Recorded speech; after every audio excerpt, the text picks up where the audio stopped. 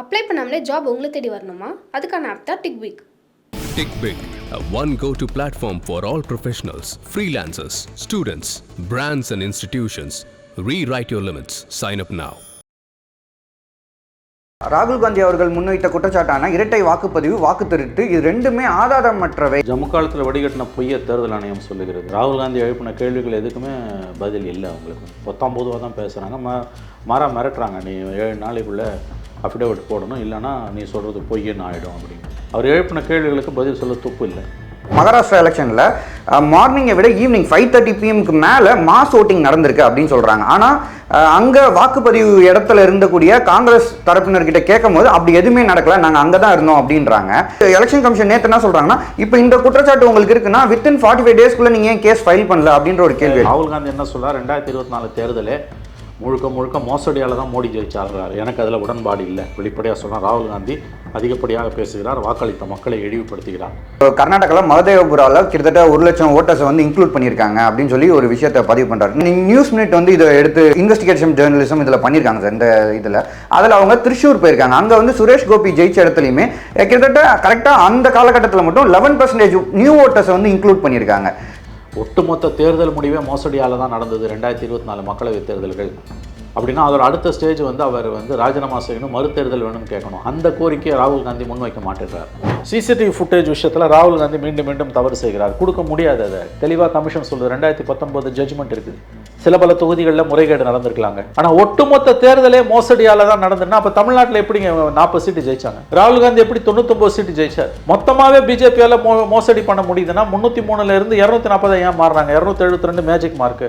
மோசடி மூலமாக 272 தக்க வச்சிருக்கலாம்ல. பீகாரில் நீதி கேட்டு ராகுல் காந்தி போகிறது நியாயமானதுங்க. அது ரொம்ப நியாயமானது. பீகாருக்கு அவர் விடவே கூடாது. அவர் கொடுக்குற அழுத்தத்தால் தான் கமிஷன் ஓரளவு இறங்கி வந்திருக்கு. Plus of course supreme court judgements.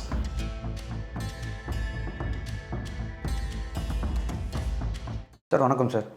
Sir நேற்று டெல்லியில் எலெக்ஷன் கமிஷன் வந்து செய்தியாளர்களை சந்திச்சிருக்காங்க. அதில் குறிப்பாக ராகுல் காந்தி அவர்கள் முன்வைத்த குற்றச்சாட்டான இரட்டை வாக்குப்பதிவு, வாக்கு திருட்டு இது ரெண்டுமே ஆதாரமற்றவை அப்படின்னு சொல்லி ஸ்டேட்மெண்ட்டை பதிவு பண்ணுறாங்க. இது எப்படி பார்க்குறீங்க சார்?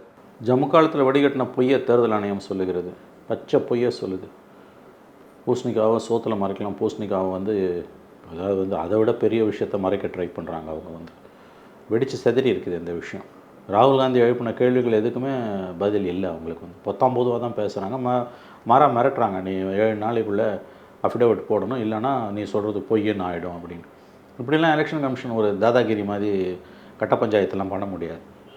அவர் எழுப்பின கேள்விகளுக்கு பதில் சொல்ல துப்பு இல்லை.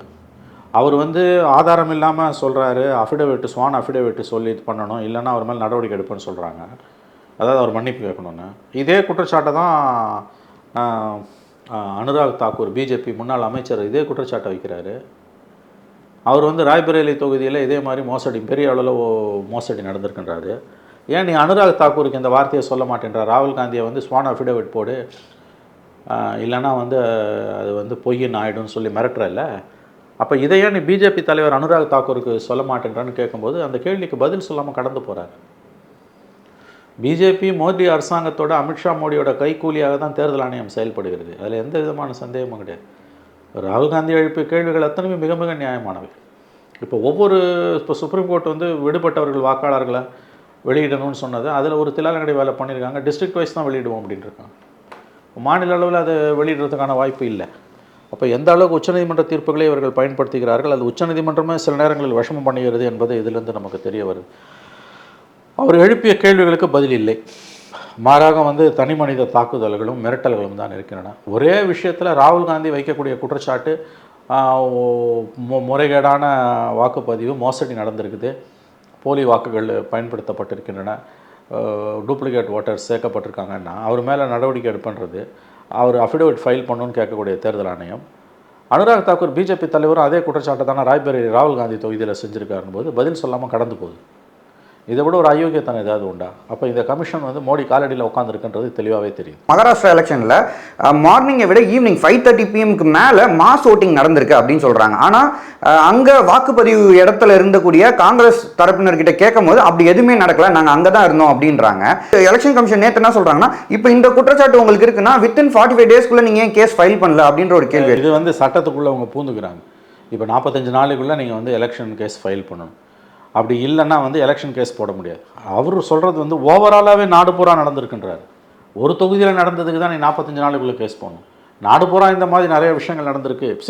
தெளிவாக இருக்குங்க. ராகுல் காந்தி என்ன சொல்கிறார், 2024 தேர்தலே முழுக்க முழுக்க மோசடியால் தான் மோடி ஜெயிச்சாகிறார். எனக்கு அதில் உடன்பாடு இல்லை. வெளிப்படையாக சொல்கிறார். ராகுல் காந்தி அதிகப்படியாக பேசுகிறார், வாக்களித்த மக்களை இழிவுபடுத்துகிறார்.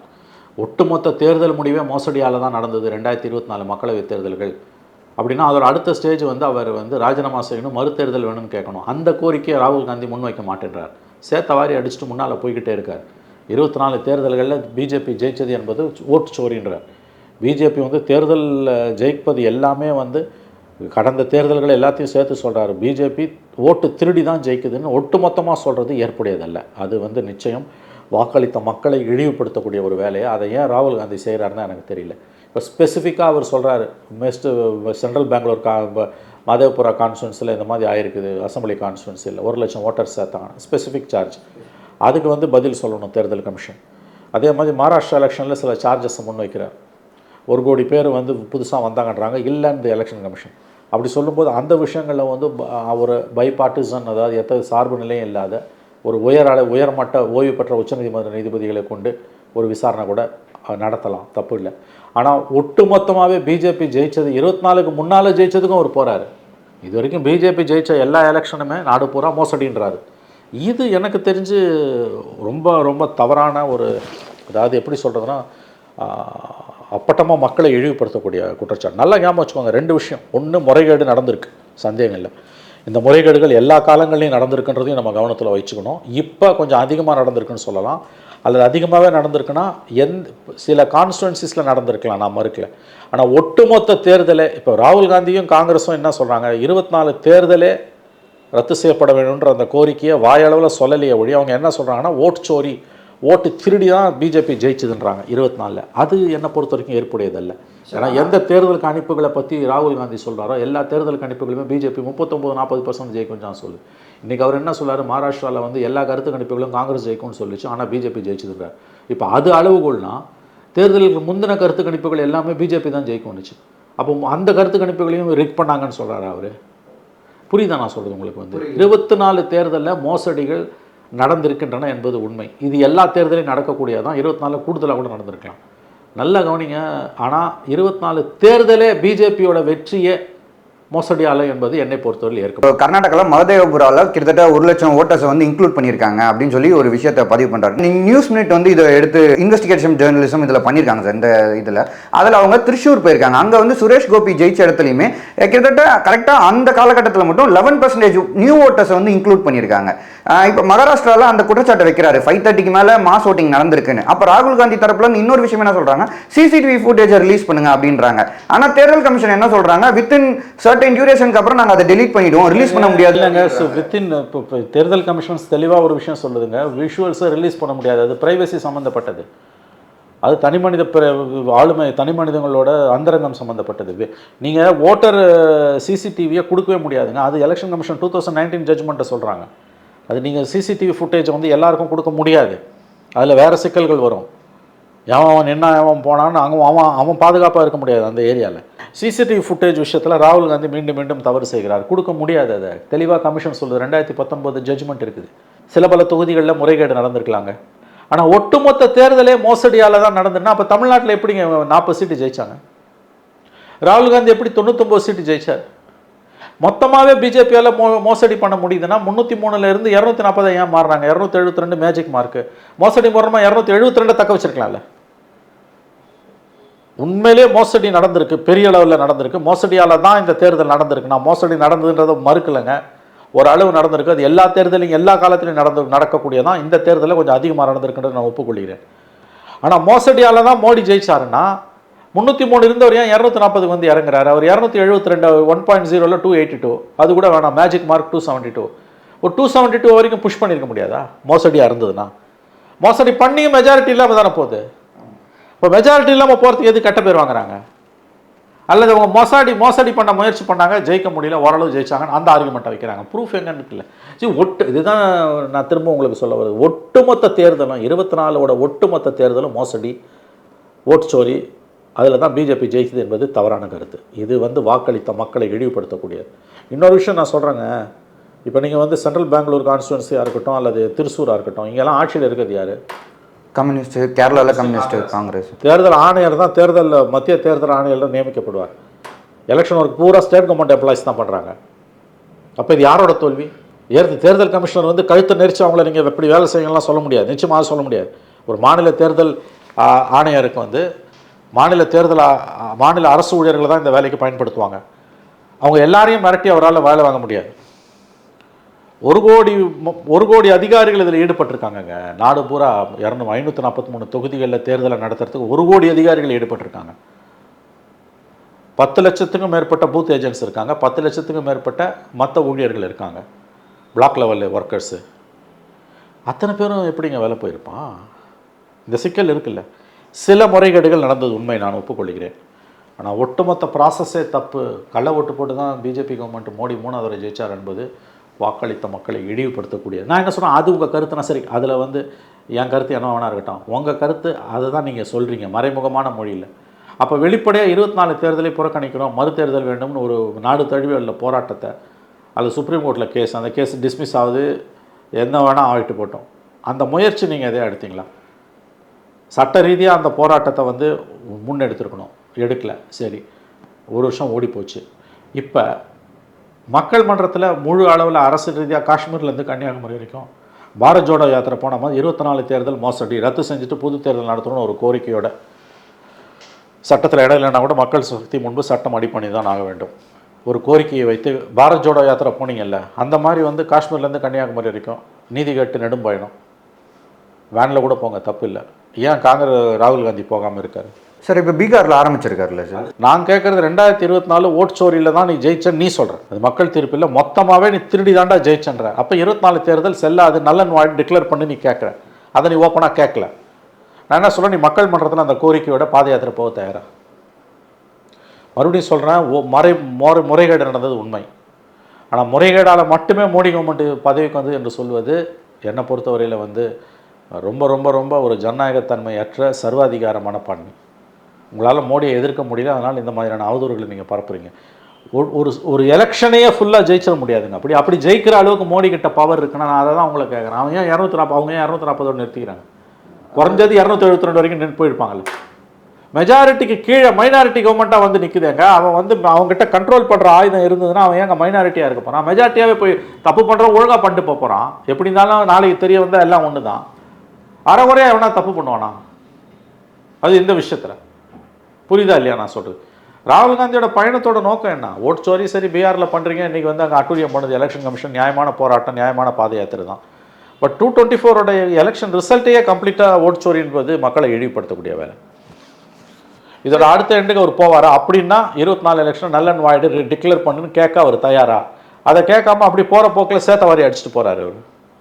நீ ஒரு பிரச்சனையை கையில் எடுக்கிறன்னா அதுக்கான சொல்யூஷன், ஓரளவாத சொல்யூஷன் உன் கையில் இருக்கணும். அப்போ தான் நீ அந்த பிரச்சனையை கையில் எடுக்க முடியும். இதில் உன்னோட எய்ம் என்ன? நான் கேட்குறேன், நீ என்ன விரும்புகிற? What you want? 24 எலெக்ஷன் வந்து கம்ப்ளீட்லி வந்து ரிக்டு அப்படின்னு நீ சொல்கிற. அது வாய்ப்பே இல்லைங்க. ஒட்டுமொத்த தேர்தலையுமே நீ ஒருத்தர் ரிக் பண்ண முடியாது இந்தியா மாதிரி நாட்டில். நேற்று அந்த பாயிண்டில் தேர்தல் கமிஷனர் சொன்னது கரெக்ட். தேர்தல் ஆணையர் 1 கோடி பேர் ஈடுபட்டிருக்காங்க. அது தவிர 10 லட்சம் பேர் பூத் லெவலில் 10 லட்சம் பேர் வந்து எலெக்ஷன் ஒர்க்குன்னு பண்ணுறாங்க. கட்சிகளுக்கெல்லாம் பிரதிநிதிகள் இருக்குது. எப்படி வந்து நீ வந்து 24 எலெக்ஷனே ரிகுடுன்னு சொல்லுவேன்? ராகுல் காந்தி தான் பதில் சொல்ல வேண்டும். இது நீடிக்காது. இப்படி பண்ணால் ரொம்ப நாள் இந்த போராட்டம் நீடிக்காது மக்கள்கிட்ட போய். அப்போ 24 மறுதேர்தல் நீங்கள் கேட்குறீங்களா? அப்போ தமிழ்நாட்டில் 99 சீட்டு 40 சீட்டு திமுக ஜெயிச்சது. திமுக மறுதேர்தல் கேட்குமா? விரும்புமா?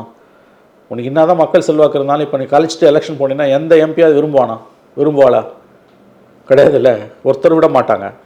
ராகுல் காந்தி தமிழ்நாட்டிலே மறுதேர்தல் கேட்குறாரா? அவங்க கட்சி 10 சீட்டு ஜெயிச்சது, அது என்ன கதை? ஆனால் இப்போ 2 தொகுதியில் நமக்கு தெளிவாக தெரியுது இல்லை சார். இப்போ மகதேவபுராலையும் தெளிவாக தெரியுது, திரிஷூர்லையும் தெளிவாக தெரியுது. இன்வெஸ்டிகேஷன் ஜேர்னலிசமும் நான் பல ஜேர்னலிஸ்ட் பண்ணி அவங்க வந்து கைது பண்ணியிருக்காங்க.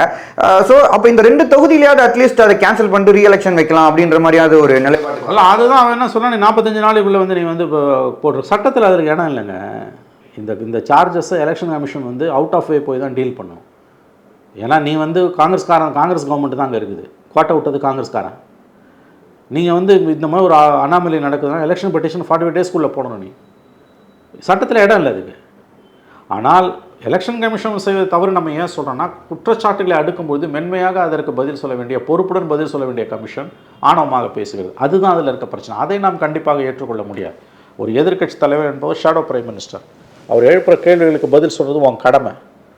மாறா அவரை மறக்கிற மாதிரி பேசுகிறதெல்லாம் அயோக்கியத்தனமானது. நீ இது ஒன்றும் அதாவது உங்கள் பரம்பரை சொத்து இல்லை எலெக்ஷன் கமிஷனு. இதெல்லாம் தைரியம் அந்த சிஎஸ்சிக்கு ஏன் வருது? மோடி கவர்மெண்ட்டில் அவர் ஹோம் மினிஸ்ட்ரி கீழே ஒர்க் பண்ணவர். மோடி எப்படி பிஜேபியும் நாட்டையும் நடத்துகிறாரோ அப்படி எலெக்ஷன் கமிஷன் தமிழ்நாட்டு வாக்காளர்களை, இந்திய வாக்காளர்கள் நடத்த விரும்புகிறது. அது வேலைக்காகாது. அது மிகப்பெரிய பின்னடைவை சந்திக்கும். எதிர்க்கட்சிகளும் இதை தாண்டி அடுத்த ஸ்டேஜுக்கு போகணும். ஒட்டுமொத்த 24 எலெக்ஷனே இருக்குது. பீகாரில் நீதி கேட்டு ராகுல் காந்தி போகிறது நியாயமானதுங்க. அது ரொம்ப ரொம்ப நியாயமானது. பீகாருக்கு அவர் விடவே கூடாது. அவர் கொடுக்குற அழுத்தத்தால் தான் கமிஷன் ஓரளவாக இறங்கி வந்திருக்கு. Plus of course supreme court judgements. ஆனால் ஓவரால் 90, அதாவது எஸ்ஐஆரை பொறுத்த வரைக்கும் கூட ராகுல் காந்தி போராடட்டும். ஆனால் 24 எலெக்ஷன், முடிஞ்ச எலெக்ஷன் முழுக்க முழுக்க மோசடி. மக்கள் மோடிக்கு எதிராக தீர்ப்பு கொடுத்ததை அவர் ஆதரவாக மாற்றி சோறு திருடன் ஆயிட்டாருன்றது அது நிச்சயமாக தவறான ஒரு வாதம் தான் நான் பார்க்குறேன். என்னை பொறுத்த வரைக்கும் அதில் உடன்பாடு இல்லை. இந்த எக்ஸ்ட்ரீமுக்கு போனீங்கன்னா அது மறுபடியும் பிஜேபிக்கு சாதகமாக தான் முடியும். சார், இப்போ இந்த விஷயத்துக்கு ஒரு பேஸ்மெண்ட் பார்த்தீங்கன்னா, பீகாரில் அந்த 65 லட்சம் வாக்காளரோட பேர்கள் லிஸ்ட்லேருந்து வெளியே வந்தது தான் இந்த விஷயத்துக்கு ஒரு ஆரம்ப புள்ளி அப்படின்னு பார்க்கலாம். பீகார் எலெக்ஷன்ஸோட சுச்சுவேஷன்ஸ் எப்படி சார் இருக்குது? சார், இப்போ இந்த 65 லட்சம் பேர் லிஸ்ட்டு இப்போது விடுபட்டவங்கள நீங்கள் பப்ளிஷ் பண்ணணும்னு எலெக்ஷன் கமிஷன் சொல்லிச்சு. நம்ம எல்லோரும் நினச்சோம் அவன் பொதுவாக ஒரு வெப்சைட்டில் போடுவான், யார் வேணால் போய் பார்க்கலாம். இப்போ அவன் என்ன பண்ணிட்டான், 65 லட்சம் பேர் பீகார் பூரா இருக்கக்கூடியவங்களுக்கு, அது மாநிலம் பூரா இருக்கவங்கள லிஸ்ட்டு, ஹோலிஸ்டிக் லிஸ்ட் தேவையில்லை. ஒவ்வொரு டிஸ்ட்ரிக்ட்லையும் எவ்வளோ பேர் எடுத்தோன்னு லிஸ்ட்டில் போடுன்றான்.